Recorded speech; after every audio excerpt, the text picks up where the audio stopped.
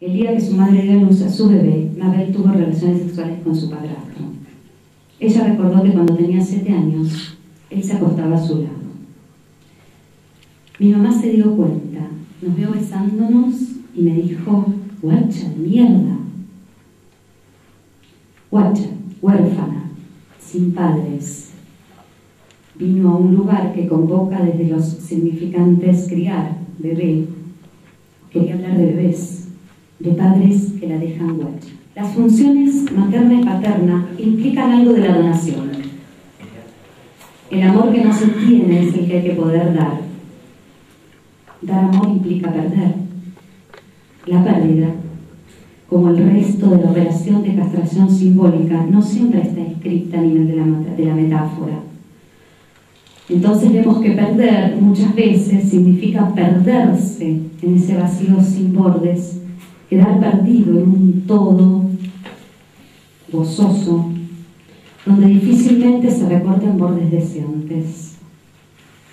La falta en ser no aparece velada, aparece en carne viva y sin medidas.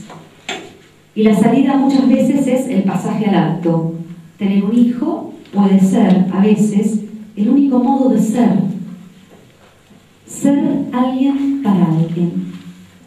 Locamente, a veces, la función de sostén queda del lado del bebé, siendo quien le da consistencia a la niña madre. Invitar a hablar, ofrecerse en el lugar de la escucha, no da necesariamente como resultado un sujeto deseante. Solo a veces esos pequeños destellos de que lo que podemos llamar efecto sujeto. Sin embargo, la apuesta es a escuchar interviniendo, porque mientras haya alguien que escuche, habrá alguien que hable, transferencia mediante, para inventar allí donde no hay con qué, simbolizar lo terrible. Los que trabajamos en esto tenemos, entre otras, una responsabilidad ética. Intentar saber por qué hacemos lo que hacemos. Dar cuenta de ello. Saber que si estamos aquí, y ahora digo aquí, es porque en algún punto nuestras heridas se tocan y nos duelen también nuestras historias, las propias. Graciela Jaciner, en su Instituto de Investigaciones Grupales, me hizo lugar. Y junto a ella y otros aprendo a zambullirme en la aventura de los grupos. Es el desafío de apostar a lo singular en lo grupal, donde la tarea como creación con otros anuda los registros, real, simbólico, imaginario, de una lógica borroméica. Esta formalización de Lacan para pensar al sujeto, el nudo borromeo como una compleja superposición de agujeros, nos brinda una lógica para pensar los pequeños grupos, lejos de las masas, lejos de la indiferenciación que provoca amontonar personas para que sean iguales o para que sigan a un líder. Dice Jaciner en su libro Coordinando Grupos: recurrir a una lógica borromeica para pensar el trabajo con grupos nos ofrece también una posibilidad, la de formalizar algunas de las tareas del coordinador, que tendrán que ver con abrochar, tejer un punto en que solo enlazando bien un agujero podrá tejer el punto siguiente, anudar, tejer y descompletar, tejer y descompletar. Como aquellas mujeres que cuando no se disponía de la actual tecnología, ni aún siquiera de telares, tejían lentamente sus mantas, o como aquellas ancianas de rústicas manos, hilaban y mientras hilaban conversaban, o las tejedoras que incansablemente tejen al crochet, sabiendo que una y otra vez se enlaza y se pasa por el agujero. Pasando por el agujero, intentando bordearlo, muchas veces me pregunto si el deseo, su proximidad, puede generar, entre otras cosas, tanto miedo como para provocar la propia propia muerte antes de que algo parecido a la realización del deseo ocurra. Aprender a soportar las frustraciones es una de las cosas más fuertes que me da este trabajo. El primer joven de la villa que se acercó a pedirme que hablemos puso en marcha mi deseo de analista una vez más y me dispuse a escucharlo.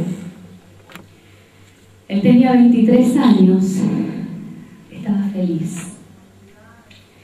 Estaba a punto de lograr su deseo de salir de la villa. Estaba ilusionado. Tenía los pasajes en la mano. Alemania y una novia lo esperaban. Solo 2 veces vino a verme. Luego la muerte. ¿Un accidente? Se fue a bañar con los amigos al río, se tiró de cabeza, había poca agua. Era un lugar conocido por él se crió por ahí. Después de eso, muchas voces tratando de explicar. Yo, en mi necesidad de explicar algo, de entender, aún me sigo preguntando, ¿tanto asusta el deseo? Bueno, realmente no sé porque a él no lo puedo escuchar más. En su caso no sé. También me pregunto, ¿es la culpa del sobreviviente la que no lo dejó vivir? Pero hay una cosa que sí me respondo, y es que nadie puede salvarse solo. Un intento de elaboración de este dolor, para mí, fue crear el Servicio de Salud Mental en ACE, que actualmente coordino. Así nació. Llamé a Sergio Rodríguez y le pregunté, ¿me ayudás a buscar colegas? ¿Alguien que quiera venir a ayudarnos a atender a los chicos? Recuerdo que él me preguntó, ¿por qué no lo haces vos? Y yo le dije, porque no puedo. Sergio enseguida se sumó al equipo, después Silvia, más tarde Lina, Carla, Carlos, Julieta, hoy ya somos más. Tal vez como dice Freud, el encuentro y la creación con otros como salida posible, y yo agrego digna al malestar estructural, me permite relanzar el deseo de seguir escuchando, apostando a que otro lugar es posible, pero no solos.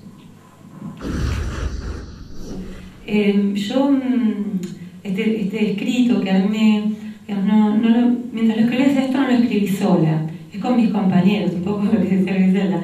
Ellos no salen solos, nosotros tampoco podemos solos con todo esto, ¿no? Es en equipo, en trabajo, en elaboración, es en las reuniones de elaboración que tenemos con Sergio desde hace 2 años o más, todos los lunes. Es en los viajes en el remis, cuando volvemos a casa desde la Villa de San Fernando a Capital con las chicas, el remisero hace sus aportes a esta altura. Por ejemplo, me dice, señora, ¿usted no tiene una villa más cerca de su casa? La verdad que tiene razón. Bueno, en los mails, en el teléfono, ¿no? Este trabajo se está haciendo ahí y en restos que a mí me van quedando de ese trabajo cotidiano. Y lo primero que me pareció fue una frase de Lina Villoldo, que hoy no pudo venir, pero que es una colega muy querida por nosotros y que cumple una función muy interesante de lazo entre nosotros. Es la que lleva las galletitas, es la que toma la canasta con el té a vos que te gusta, ¿no? La que nos cuida.